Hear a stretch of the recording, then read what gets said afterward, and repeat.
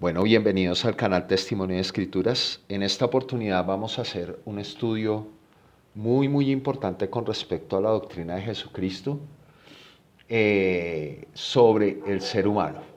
Entonces vamos a estudiar a profundidad la doctrina de Jesús con respecto a nosotros los seres humanos, que nos dice Él, nuestros potenciales, nuestras dificultades, para poder tomar decisiones y seguir creciendo y madurando en Cristo Jesús.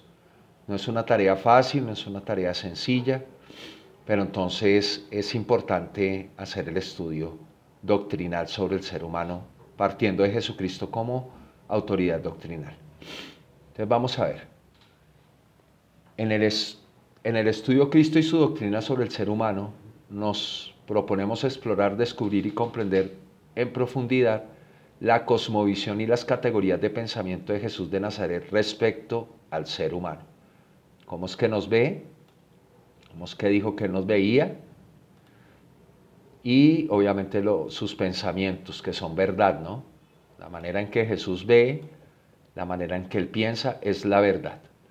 Nuestro objetivo es desentrañar la manera en que Cristo percibe y enseña sobre la naturaleza humana, utilizando un enfoque basado en el proceso testimonial bíblico y la ciencia de justicia, fundamentada en la premisa de boca de 2 o 3 testigos. Este método nos permitirá construir un análisis riguroso y fundamentado con el propósito de alcanzar una comprensión integral, profunda y completa de la doctrina de Jesús sobre el ser humano, sin incurrir a terminología teológica, mística o esotérica, sino empleando términos claros, concretos y accesibles. Acompáñanos en este viaje de estudio y reflexión profunda sobre uno de los aspectos más esenciales de la doctrina de Cristo. Continuemos entonces en el estudio. Estudio etimológico del concepto ser humano. Entonces tenemos en hebreo. En hebreo el término Adam se utiliza principalmente para referirse a ser humano u hombre. Este término tiene una relación etimológica con Adamaj, que significa tierra, indicando que el ser humano es creado a partir de la tierra. Esta relación etimológica subraya la conexión fundamental entre la humanidad y la tierra, reflejada en Génesis 2:7, donde Dios forma al hombre del polvo de la tierra. En arameo, el término es Bar Enash. Es utilizado para referirse a hijo de hombre o ser humano. Este término también tiene connotaciones de fragilidad y mortalidad humana, similar al hebreo Adam. En textos arameos bíblicos, como en el libro de Daniel, Bar Enash se utiliza para describir a la humanidad en general y también para referirse al Mesías en un contexto más elevado, hijo de hombre, como se hace llamar él en el Evangelio de Lucas. Es donde más se utiliza este tipo de presentación, hijo de hombre, de alusión a sí mismo. Griego bíblico. En griego bíblico el término antropos se utiliza para referirse al ser humano o persona. Este término derivado del protoindoeuropeo dogomon refleja la idea de habitante de la tierra. Esto resuena con la relación etimológica entre Adam y Adamaj, en hebreo destacando la conexión del ser humano con la tierra. Correlación conceptual y significado idiomático. Las correlaciones conceptuales entre estos términos en hebreo, arameo y griego reflejan una comprensión común del ser humano como una creación terrenal y mortal. Los 3 idiomas destacan la conexión intrínseca del ser humano con la tierra y su condición de fragilidad y mortalidad. Esta idea está presente en el relato de la creación de Génesis, donde el ser humano es formado del polvo de la tierra y se mantiene en los términos arameo y griego utilizados en la Biblia. En hebreo, Adán no solo enfatiza la procedencia terrenal del ser humano, sino también su relación con Dios como su creador. Esto es importante, relación con Dios, con su creador. Esta relación es fundamental para entender la naturaleza humana en el contexto bíblico. En arameo, Barenash añade una dimensión de identificación con la humanidad en su totalidad, reflejando tanto la mortalidad como la esperanza en la redención a través del Mesías. En griego, antropos lleva consigo la idea de ser terrestre, pero también abarca la totalidad de la experiencia humana, incluyendo la dimensión física, mental y espiritual. Integración concreta. Al integrar estos conceptos podemos ver que el ser humano, según la tradición bíblica, es entendido como una criatura formada de la tierra con una relación especial con Dios y una naturaleza que incluye tanto la fragilidad como la capacidad para la redención y el crecimiento espiritual. Esta visión integrada subraya que a pesar de las diferencias lingüísticas hay una coherencia fundamental en la comprensión del ser humano a lo largo de las Escrituras. Esta coherencia se refleja en la manera en que el ser humano es descrito y entendido en términos de su origen, naturaleza y destino. A través del análisis etimológico conceptual de Adam, Varenas y Antropos, podemos obtener una visión más rica y matizada de lo que significa ser humano en el contexto bíblico, enfatizando tanto nuestra conexión con la tierra como nuestra capacidad para la relación con Dios por medio de Cristo. Continuemos con nuestro estudio sobre el ser humano. La doctrina de Jesucristo sobre el ser humano. Cristo y su cosmovisión ontológica del ser humano. Ya vamos a explicar qué es ontología, pero hacemos una ontología científica. En este ítem se busca explorar y entender la concepción de Jesús de Nazaret sobre la naturaleza y el propósito del ser humano. Ontología, desde una perspectiva científica, se refiere al estudio de la naturaleza fundamental de la existencia, la realidad y el ser. Esto es importante, estudiar nuestra realidad, ¿sí? Que la tenemos muy desvirtuada debido pues a nuestras faltas de conocimientos. La existencia también pues el propósito intrínseco de nuestra existencia y obviamente un ser creado como lo que somos. En lugar de abordar la ontología desde un punto de vista filosófico-teológico que no nos interesa dentro de nuestros estudios, este análisis se centra en un marco de justicia y proceso testimonial utilizando un enfoque basado en la premisa de boca de 2 o 3 testigos, presente en los textos bíblicos. Este estudio propone una visión multidimensional del ser humano según Jesús de Nazaret, quien no solo ve al ser humano en su dimensión física y social, sino también en sus aspectos espirituales y eternos. A través del proceso testimonial bíblico se recoge y analiza la evidencia presentada en los evangelios canónicos y el Apocalipsis para construir una comprensión integral y fundamental de la doctrina de Jesús sobre la naturaleza humana. La ontología científica aplicada en este contexto implica observar y categorizar las características y propósitos inherentes al ser humano según las enseñanzas de Cristo, sin recurrir a interpretaciones filosóficas o teológicas.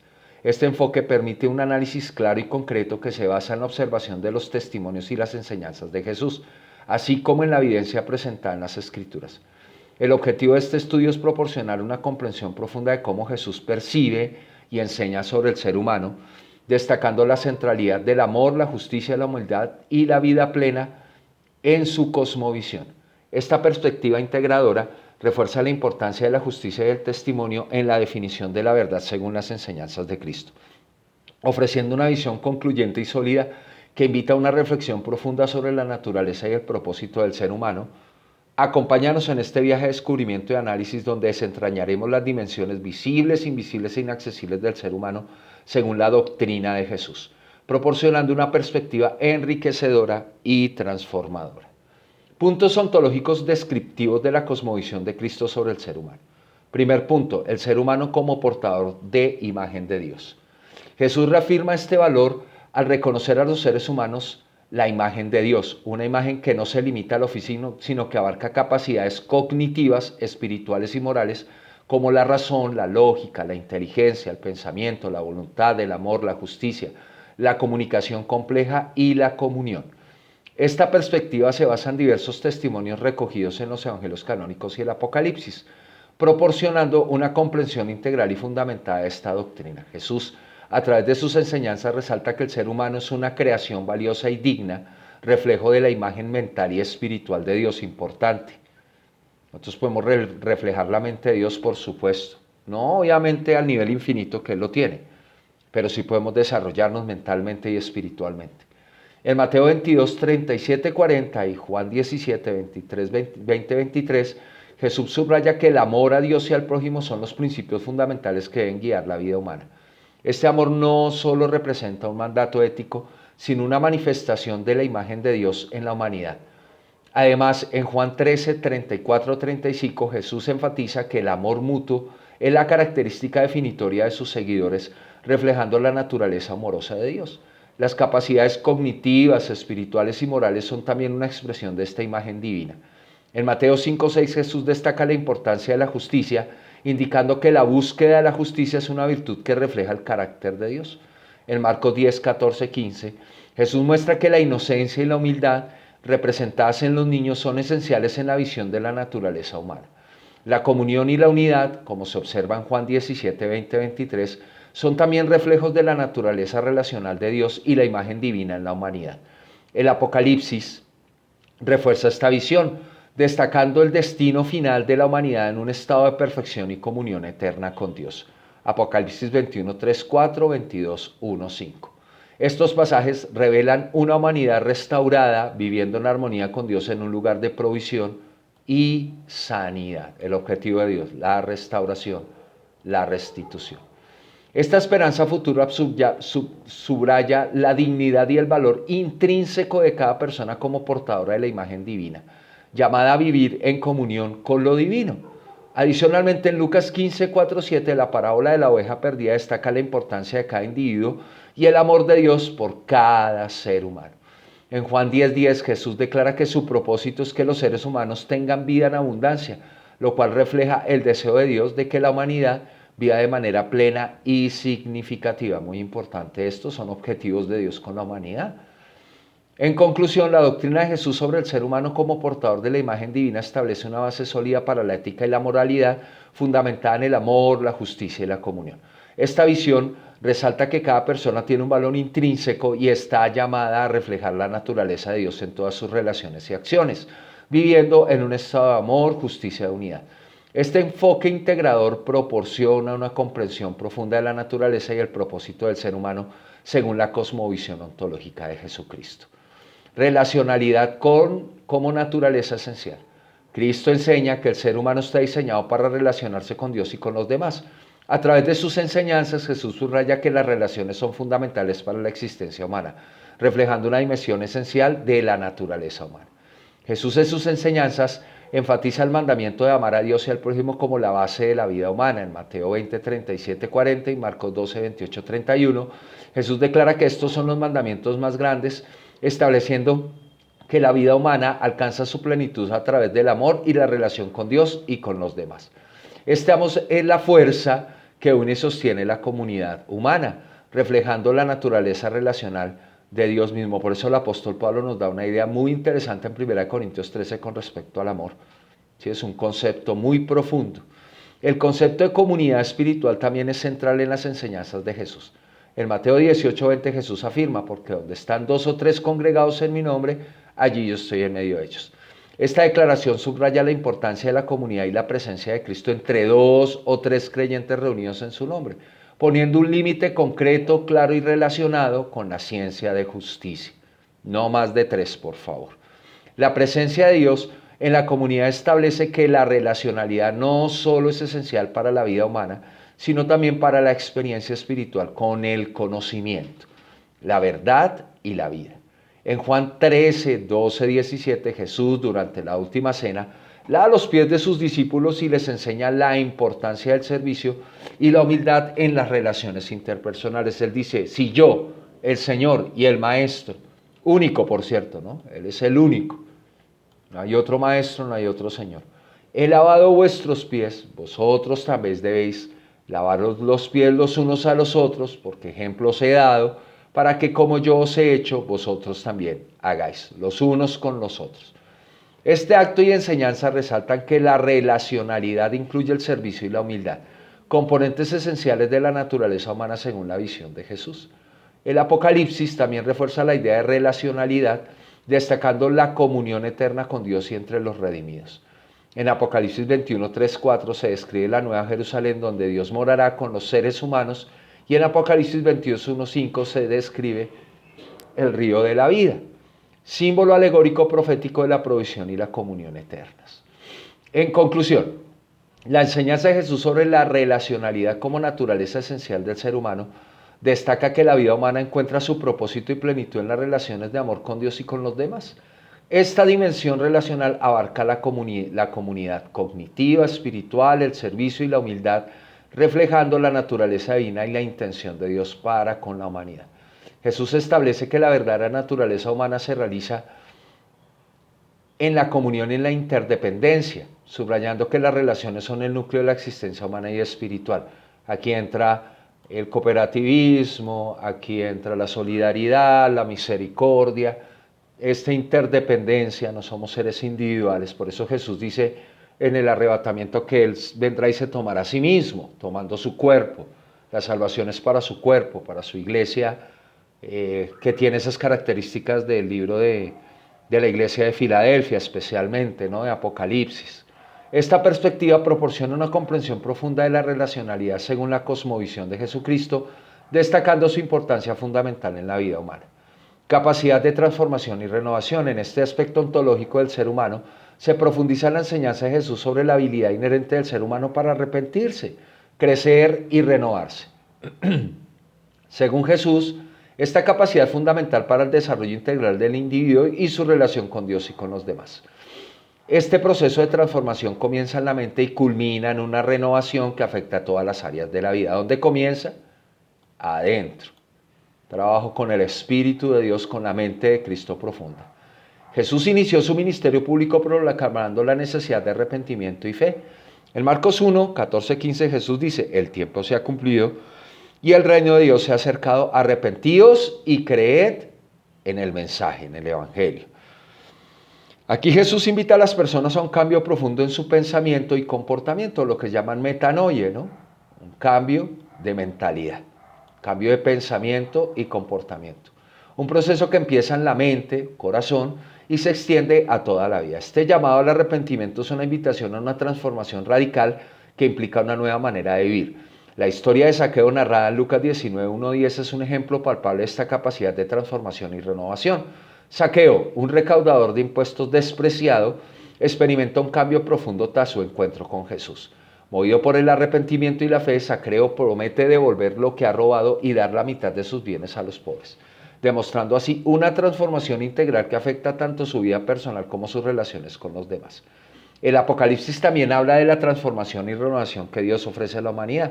En Apocalipsis 21:5 se dice, y el que estaba sentado en el trono dijo, he aquí yo hago nuevas todas las cosas. Una promesa hermosa, ¿sí? Una promesa de bendición, de renovación que comienza aquí desde la tierra. Claro, la podemos experimentar poco a poco, pues siempre y cuando pues, nos sometamos bajo la poderosa mano de Dios, ¿sí? Y nos humillemos ante su poderosa mano.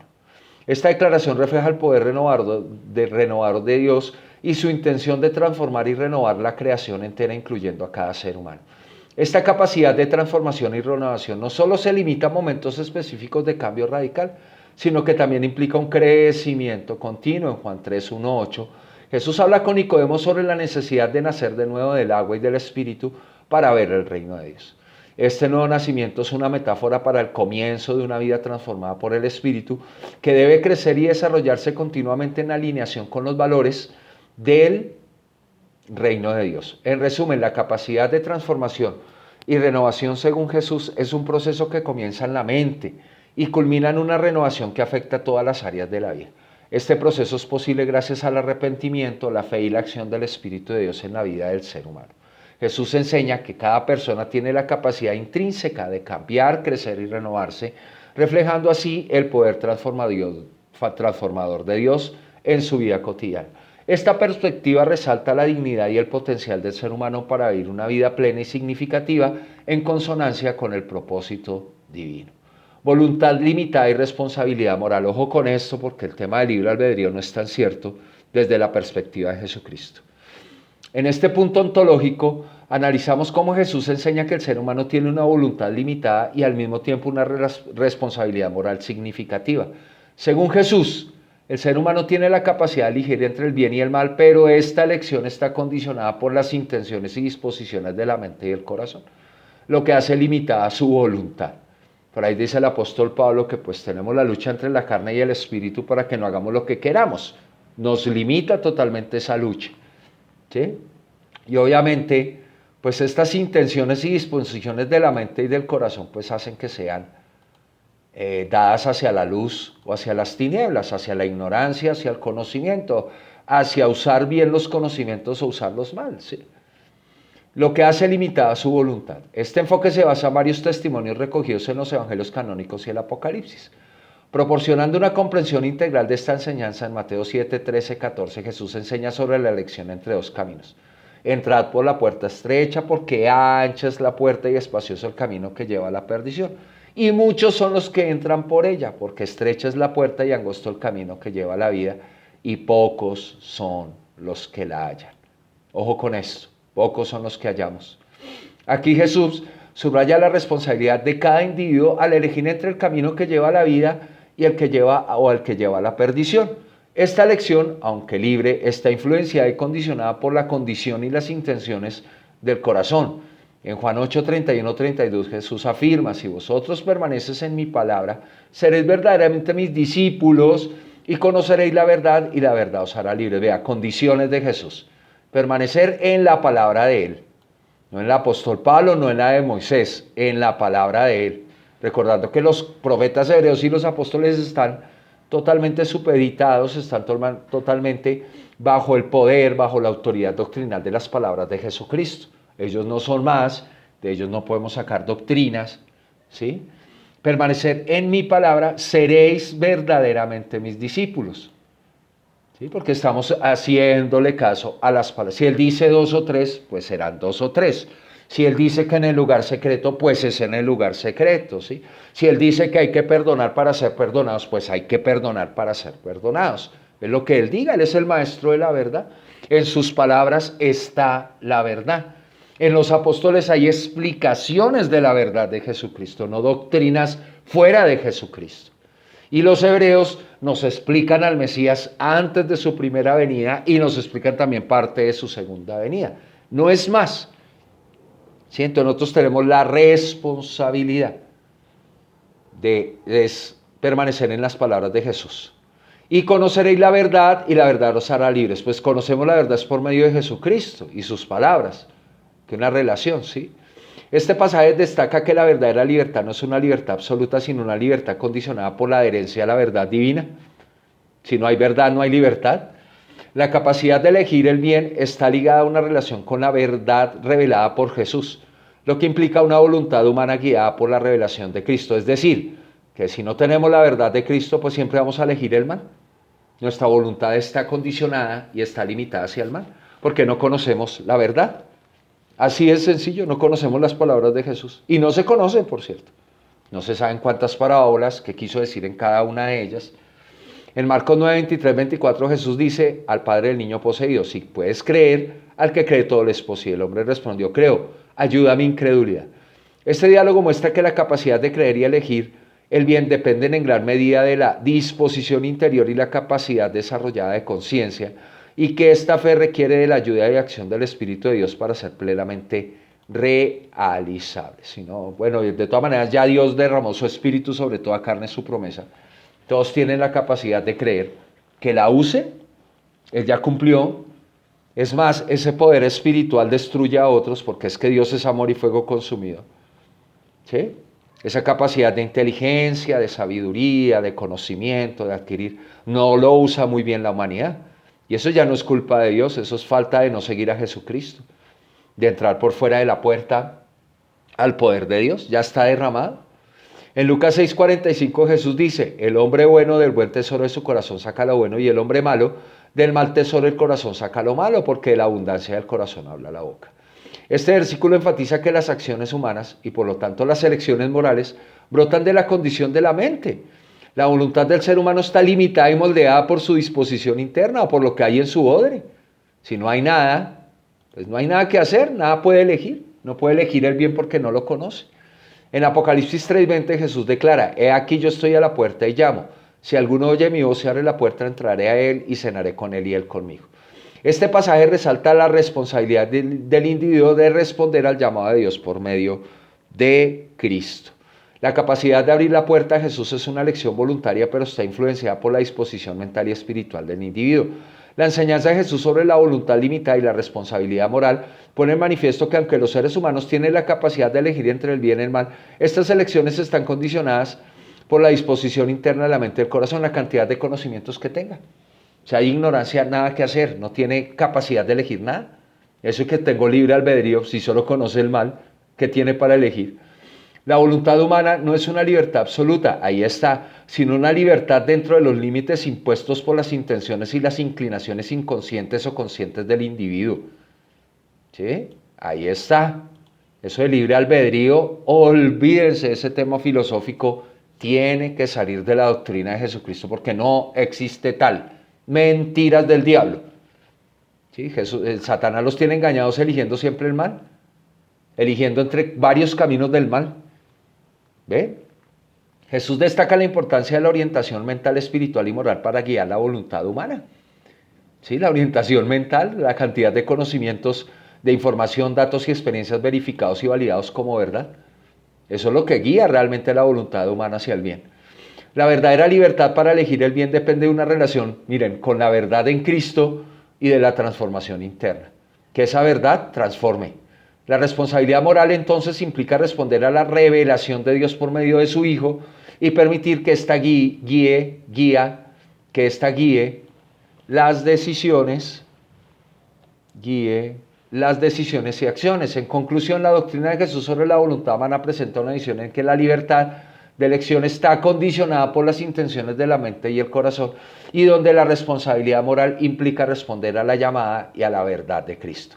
Esta perspectiva subraya la importancia de una vida orientada hacia Dios en Cristo y la transformación interior como medios para ejercer una voluntad alineada con el bien y la justicia. Vea, la única obra que podemos hacer es buscar la verdad. Esa es la obra de la fe, buscar la verdad. Eso significa aplicar los 7 pilares del conocimiento que ustedes van a encontrar en el video, que se llama Cristo y su doctrina sobre el conocimiento. Allí están los 7 ejercicios que sí debemos hacer diariamente. Esa es la única lección que podemos hacer. Vamos a aprender del maestro, vamos a entrenarnos del maestro, vamos a conocer al maestro, vamos a hablar con el maestro. Y esa sí es una lección que hay que hacer consciente, mis hermanos, porque si no morimos engañados en la mentira de la religión, en la mentira de los estados, en la mentira de la política, en la mentira del deporte, en la mentira del mundo, del sistema mundo. Otra cosa de la ontología del ser humano, vocación de servicio y justicia. Jesús enseña que la misión del ser humano incluye el servicio desinteresado y la búsqueda activa de la justicia. Esta enseñanza resalta que el propósito del ser humano tiene una dimensión tanto personal como comunitaria y es fundamental para comprender la visión de Jesús sobre la naturaleza y el propósito humano. ¿Sí? En Marcos 10, 42, 45, Jesús contrasta el modelo de liderazgo del sistema mundo con el servicio en el reino de Dios. Allá no hay sistema de liderazgo. Entonces, ¿por qué los tienen las iglesias? Ridículos. Sabéis que los que son tenidos por gobernantes de las naciones se enseñorean de ellas y sus grandes ejercen autoridad sobre ellas. Pero no será así entre vosotros, sino que el que quiera hacerse grande entre vosotros será vuestro servidor. Y el que de vosotros quiere ser el primero será el siervo de todos, porque el Hijo del Hombre no vino para ser servido, sino para servir y para dar su vida en rescate por muchos. Este pasaje destaca que el verdadero liderazgo y grandeza en el reino de Dios se encuentra en el servicio desinteresado de los demás, sin interés, sin lucro, sin nada. Hágale, usted sirva, que Dios se encarga. Sí, confiar en Dios, no nos queda otra. Igual en eso agradamos a Dios, en que confiamos en Él. En Lucas 10, 25, 37, Jesús cuenta la parábola del buen samaritano para ilustrar el amor al prójimo y el servicio. Un samaritano que iba de viaje llegó cerca a él y viéndole fue movido a misericordia, y acercándose vendó sus heridas, echándoles aceite y vino y poniéndole en una cabalgadura lo llevó al mesón y cuidó de él. Esta parábola subraya la importancia de actuar con compasión y justicia hacia los demás, independientemente de su origen o condición o religión o raza, ¿sí? Jesús redefine el concepto de prójimo y llama a sus seguidores a una vida de servicio activo y justicia. Sí, porque pues para los judíos el prójimo era nada más los judíos y el resto eran perros. O son perros, golem, le dicen cerdos.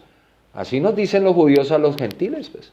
Más cerdos son ellos, por eso el Padre les ha dado duro. En Mateo 25, 35, 40, pues que la historia nos diga la realidad. Jesús habla del juicio final y del servicio a los necesitados. Porque tuve hambre y me diste comer, tuve sed y me diste beber, fui forastero y me recogiste, estuve desnudo y me cubristeis, enfermo y me visitasteis, en la cárcel y vinisteis a mi ojo con enfriar el amor de muchos se enfriará. Este pasaje enfatiza que servir a los más vulnerables es servir a Jesús mismo y muestra cómo la justicia y la compasión deben manifestarse en acciones concretas hacia los demás. En Juan 13, 12, 17, durante la última cena, Jesús lava los pies a sus discípulos y dice: si yo, el Señor y el Maestro, he lavado vuestros pies, vosotros también debéis lavaros los pies los unos a los otros. Este acto de humildad y servicio establece un modelo para la comunidad de fe en el que el servicio mutuo es una expresión de la justicia y el amor divino. En Apocalipsis 22, 12 Jesús dice: aquí yo vengo pronto y mi galardón conmigo para recompensar cada uno según sea su obra. Este pasaje subraya la importancia de las acciones justas y el servicio de la vida del creyente, destacando que habrá una recompensa futura para aquellos que vivan de acuerdo con los principios del reino de Dios por medio de Jesucristo. ¿Sí? La enseñanza de Jesús sobre la vocación de servicio y justicia presenta un llamado claro a sus seguidores para que vivan de manera desinteresada, buscando el bienestar de los demás y actuando con justicia en todas sus relaciones. Esta misión tiene una dimensión personal, ya que cada individuo es llamado a vivir en humildad y servicio, y una dimensión comunitaria, puesto que la comunidad de fe debe reflejar estos valores en su vida corporativa. Jesús establece que el servicio desinteresado y la búsqueda activa de la justicia son centrales para la vida en el reino de Dios. En sus enseñanzas y acciones, Jesús redefine la grandeza y el liderazgo como servicio a los demás y muestra que la verdadera justicia implica una compasión práctica y activa hacia los necesitados. Este enfoque integrador subraya que el propósito del ser humano, según Jesús, es vivir en una relación de amor y servicio tanto con Dios como los demás, promoviendo una sociedad justa y compasiva. En conclusión, la vocación de servicio y justicia, según la doctrina de Jesús, implica un compromiso activo con la ayuda a los necesitados, la práctica de la justicia y la manifestación del amor divino a través de acciones concretas. Esta perspectiva resalta que el ser humano está llamado a una vida de servicio desinteresado y justicia, reflejando así el carácter y los valores del reino de Dios en todas las áreas de la vida. Destinación a una realidad eterna. Jesús enseña que el ser humano no solo existe en una dimensión temporal, sino que también posee una dimensión eterna, donde su comunión con Dios será plena y perfecta, porque aquí sí que es complicada. El orar, hay muchas oposiciones espirituales, naturales, es complejo. Está uno mismo que a veces se hace zancadilla. Esta enseñanza es fundamental para entender la ontología del ser humano según Cristo, ya que reconoce tanto las limitaciones como las posibilidades ilimitadas en la existencia humana bajo la guía de Dios. En su oración sacerdotal, Jesús ora por la unidad de todos los creyentes. Ahí vemos Juan 17, 20, 23, mas os ruego solamente por estos, sino también por los que han de creer en mí por la palabra de ellos, para que todos sean uno, como tú, oh Padre, en mí y yo en ti, que también ellos sean uno en nosotros, para que el mundo crea que tú me enviaste. ¿Cómo hacemos que el mundo crea? Pues que nos vean unidos. La gloria que me diste yo le he dado para que sean uno, así como nosotros somos uno, yo en ellos y tú en mí, para que sean perfectos en unidad. Ahí está. Para que el mundo conozca que tú me enviaste y que los has amado a ellos como también a mí me has amado. Este pasaje resalta la visión de Jesús sobre una comunión perfecta y eterna con Dios, alcanzada a través de la unidad y el amor divino. En Apocalipsis 21, 1, 5, Juan describe la visión de un cielo nuevo y una tierra nueva. Y un cielo nuevo y una tierra nueva, porque el primer cielo y la primera tierra pasaron y el mar ya no existía más. Y yo, Juan, vi la santa ciudad, la nueva Jerusalén, descender del cielo de Dios, dispuesta como una esposa ataviada para su marido. Y oí una voz del cielo que decía: aquí el tabernáculo de Dios con los hombres, y Él morará con ellos y ellos serán su pueblo, y Dios mismo estará con ellos como su Dios. Enjuagará Dios toda la lágrima de los ojos de ellos, y ya no habrá muerte, ni habrá más llanto, ni clamor, ni dolor, porque las primeras cosas pasaron. Este pasaje describe la culminación de la existencia humana en una realidad eterna donde la comunión con Dios será completa y perfecta. En Mateo 19, 28 y 29 Jesús habla sobre la recompensa eterna y Jesús les dijo: de cierto os digo que en la regeneración, cuando el Hijo del Hombre se sienta en el trono de su gloria, vosotros que me habéis seguido, también os sentaréis sobre 12 tronos para juzgar a las 12 tribus de Israel, y cualquiera que haya dejado casas, o hermanos, o hermanas, o padre, o madre, o mujer, o hijos, o tierras, por mi nombre recibirá 100 meses más y heredará la vida eterna. Este pasaje subraya la promesa de una realidad eterna y la recompensa para aquellos que siguen a Jesús fielmente. En Juan 14, 2, 3, Jesús promete un lugar eterno. En la casa de mi Padre muchas moradas hay. Si así no fuera, yo los hubiese dicho.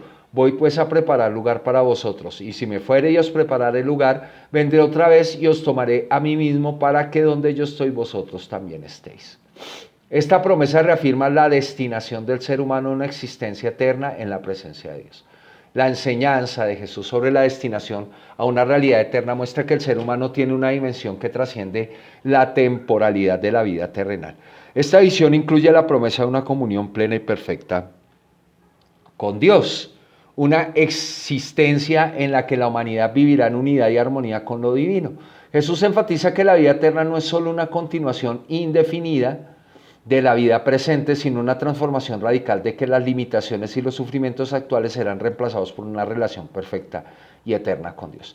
Este enfoque integral y trascendente refleja una ontología del ser humano según Cristo, donde las limitaciones temporales son reconocidas, pero también lo son las posibilidades ilimitadas bajo la guía y promesa de Dios. La esperanza de una realidad eterna proporciona un fundamento sólido para la ética y la espiritualidad en Cristo, orientando las acciones y decisiones humanas hacia la realización plena en la presencia divina. En conclusión, la doctrina de Jesús sobre la destinación del ser humano en una realidad eterna destaca que nuestra existencia no se limita a lo temporal, sino que se extiende hacia una comunión perfecta y perpetua con Dios. Esta enseñanza invita a los creyentes a vivir con una perspectiva eterna, reconociendo que sus vidas tienen un propósito y un destino que trasciende las limitaciones del tiempo presente y están enraizados en la promesa de una unión eterna con lo divino. Análisis y procesos del testimonio. Convergencia. Los evangelistas coinciden en presentar al ser humano como un ser relacional, con capacidad de amar a Dios y al prójimo. Esta idea converge en las visiones de Apocalipsis, donde se enfatiza la comunión final entre Dios y la humanidad. Coincidencia, aunque cada autor ofrece relatos desde perspectivas únicas, todos destacan principios esenciales: amor, justicia, servicio y transformación. Estos valores son universales y centrales en la cosmovisión de Cristo. Correlación. Las narrativas de los evangelios están profundamente relacionadas entre sí con Apocalipsis. Por ejemplo, el llamado al arrepentimiento en Marcos 14:15 se encuentra ahí con Apocalipsis 3:20, donde Cristo invita al ser humano a abrir la puerta a la comunión. Equivalencia. Los principios expresados en los evangelios son equivalentes en esencia. Tanto el perdón mostrado en la historia de Zaqueo, Lucas 19:1-10, como la promesa de una nueva creación, Apocalipsis 21:1-5, destacan el propósito transformador de la naturaleza humana según Cristo. Conclusión. El análisis muestra que la categoría de pensamiento de Cristo es profundamente integradora. Ve al ser humano como un ser pensante, con voluntad limitada a su inconsciencia o conciencia, un ser con capacidad relacional, con una misión trascendental que abarca la comunión con Dios, la justicia y el servicio a los demás. Jesús también subraya la capacidad humana de transformación, responsabilidad y voluntad limitada. Siguiendo el marco de justicia y testimonial, los relatos bíblicos presentan una visión armoniosa, coherente y rica en significado, en el que el ser humano está diseñado para vivir en plenitud con Dios y con la creación. Esta cosmovisión confirma que Jesús no solo enseñó sobre el propósito humano, sino que lo vivió como un ejemplo perfecto. Dice aquí: Cristo y su doctrina sobre la capacidad cerebral y mental del ser humano. Quedando entendido a mayor profundidad la cosmovisión de Cristo con respecto al fundamento de la existencia, la realidad y el ser en la creación pensante con voluntad y capacidad de desarrollo y crecimiento de conciencia, o sea, ser humano, ahora nos abarcaremos en el estudio y comprensión biopsicológica y neurocognitiva del ser humano desde la doctrina de Cristo.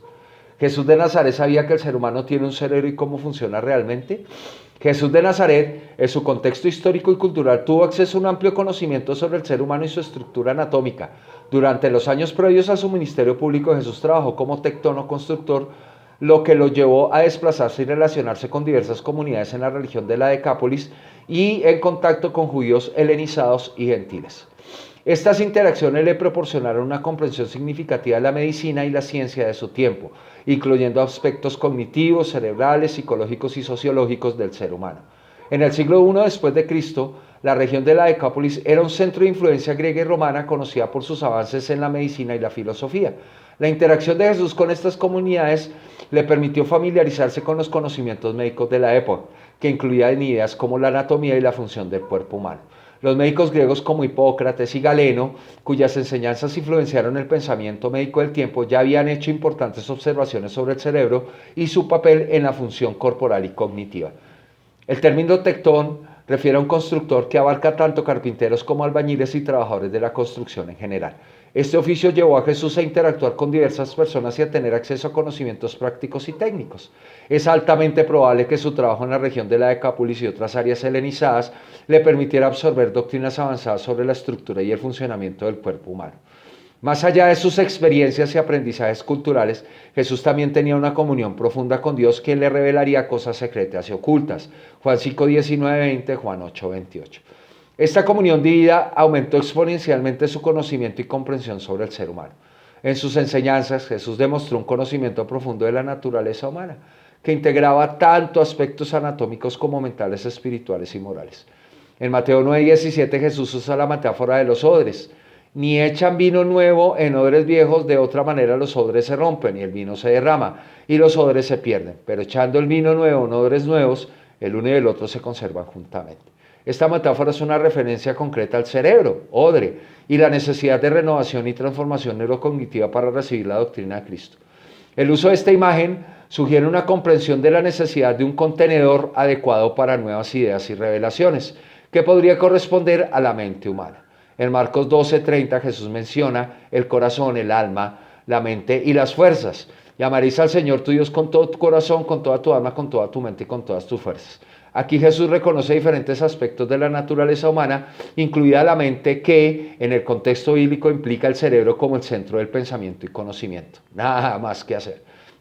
En Juan 2:25, Jesús conocía lo que había en el hombre, y porque no necesitaba que nadie le diese testimonio del hombre, pues él sabía lo que había en el hombre. Este versículo indica que Jesús tenía un conocimiento profundo e intuitivo de la naturaleza humana, más allá de lo observable externamente, comprendiendo la estructura y funcionamientos internos del ser humano, incluyendo el cerebro, su psicología y estructura psicosociológica.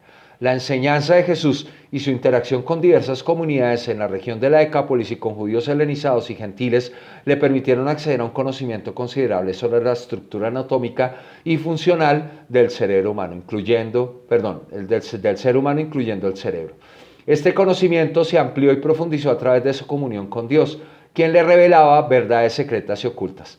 La referencia al odre en sus enseñanzas es una indicación de su comprensión profunda sobre la necesidad del contenedor adecuado, cerebro, para las nuevas enseñanzas y la transformación espiritual, arrepentimiento, conversión, conocimiento de la verdad y salvación. Jesús utilizó estos conocimientos para impartir enseñanzas profundas y transformadoras que integraban la comprensión física, cognitiva y espiritual del ser humano. Capacidades cognitivas mentales del ser humano según la doctrina de Cristo. Jesús de Nazaret, a través de sus enseñanzas recogidas en los Evangelios y en Apocalipsis, define y alude a diversas capacidades cognitivas del ser humano. A continuación se presentan estas capacidades junto con testimonios bíblicos y un análisis comparativo con los conocimientos actuales de la neurociencia. Capacidad de pensamiento, la capacidad de procesar información, razonar y tomar decisiones basadas en la comprensión. En Mateo 15:19, Marcos 7:21, bueno, ahí tienen los testimonios, si gustan, yo les puedo pasar el PDF o tómenle una captura de pantalla a su video, pónganle pausa y leen los testimonios. Análisis neurocientífico. El pensamiento se procesa principalmente en el neocórtex del cerebro, donde se realizan funciones cognitivas superiores como el razonamiento, la planificación y la toma de decisiones. La capacidad de emoción, también, de expresar y experimentar sentimientos como el amor, la compasión, la tristeza y la alegría. Los testimonios de Jesucristo en Juan, Mateo y Lucas. Las emociones se gestionan principalmente en el sistema límbico del cerebro, que incluye estructuras como la amígdala y el hipocampo, responsables de procesar y regular las respuestas emocionales. Capacidad de percepción, la capacidad de recibir, comprender y dar sentido a la información sensorial. Mateo 13, Marcos.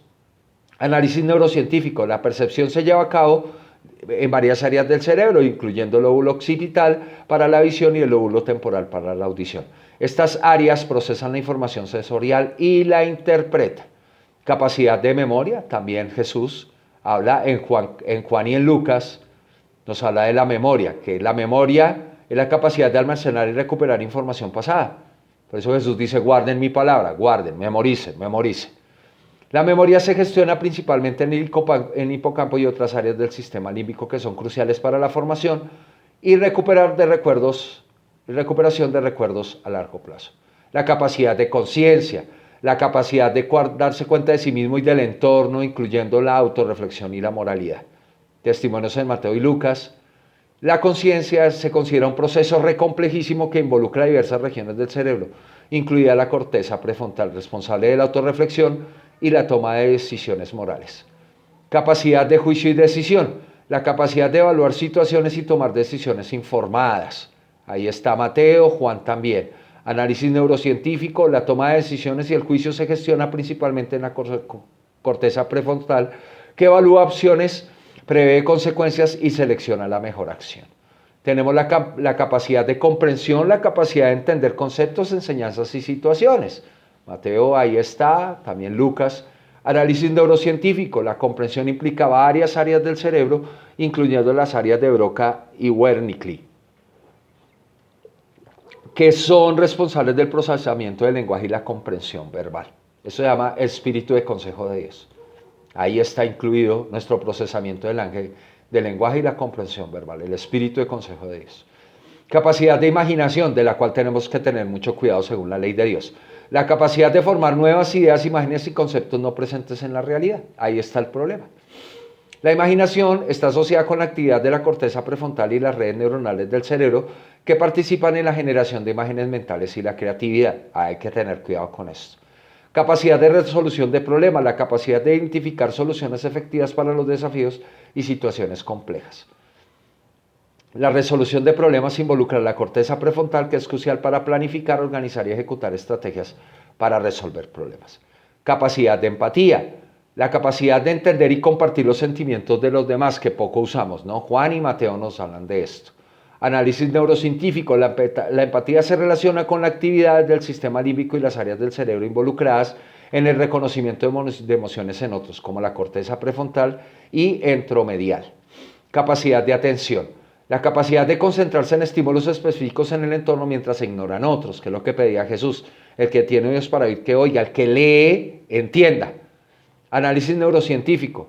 La atención se gestiona a través de una red de regiones cerebrales, incluyendo la corteza prefrontal y el sistema de alerta del cerebro. La corteza parietal posterior y la corteza cingulada anterior también juegan un papel crucial en la regulación y el enfoque de la atención. Capacidad de razonamiento. La capacidad de utilizar la información para resolver problemas, tomar decisiones y formar juicios. Ahí está. Ahí es donde viene la ciencia de justicia importantísima. Mire que aquí no entra teología, ni hermenéutica, ni nada de eso. Mateo, Juan. Análisis neurocientífico. El razonamiento y la toma de decisiones se gestiona principalmente en la corteza prefrontal, que evalúa opiniones, o sea, más bien testimonios, prevé consecuencias y selecciona la mejor acción aquí. Y testimonios. ¿Sí? Porque pues de opiniones no construimos nada. Nosotros no nos debemos basar ni en nuestra propia opinión ni en la opinión de otro. La corteza parietal también contribuye a procesos de razonamiento y resolución de problemas. Capacidad de metacognición, importantísimo, la capacidad de reflexionar sobre los propios procesos de pensamiento y comprender cómo se aprende y se procesa la información, en que puedo estar equivocado. ¿Sí? Mi inteligencia puede estar mal planteada. ¿Sí? Mis procesos analíticos pueden estar usando metodologías que no funcionan, como la teología y la hermenéutica, por ejemplo. No funciona, no sirve. La ciencia moderna no sirve por sí sola, tampoco. Se necesitan otro tipo de marcos científicos, que también está la ciencia de la justicia, el proceso testimonial, la ciencia de revelación, cómo validar y verificar mi experiencia personal con Dios a través de hombres o mujeres sabios a mi alrededor. Mateo, Lucas, análisis neurocientífico. La metacognición implica la corteza prefrontal de áreas asociadas con la autorreflexión y el monitoreo de la propia cognición. Estas áreas permiten a los individuos evaluar y ajustar sus estrategias de aprendizaje y resolución de problemas en función de su eficacia. Conclusión integral. La doctrina de Jesús de Nazaret sobre el ser humano revela una comprensión profunda y avanzada de diversas capacidades mentales y cognitivas. reflejada en las enseñanzas recogidas en los Evangelios y el Apocalipsis. Jesús alude a capacidades tales como el pensamiento, emoción, percepción, memoria, conciencia, juicio, comprensión, imaginación, resolución de problemas, empatía, atención, metacognición, razonamiento, adaptabilidad e innovación.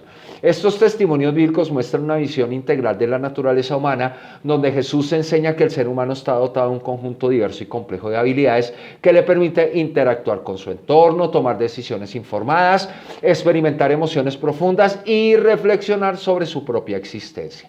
La neurociencia moderna confirma muchas de estas capacidades, identificando regiones específicas del cerebro responsables de funciones como el razonamiento, la memoria, las emociones y la atención. Por ejemplo, el neocórtex es crucial para el pensamiento y la planificación, el sistema límbico regula las emociones y la corteza prefrontal es vital para la toma de decisiones y el juicio.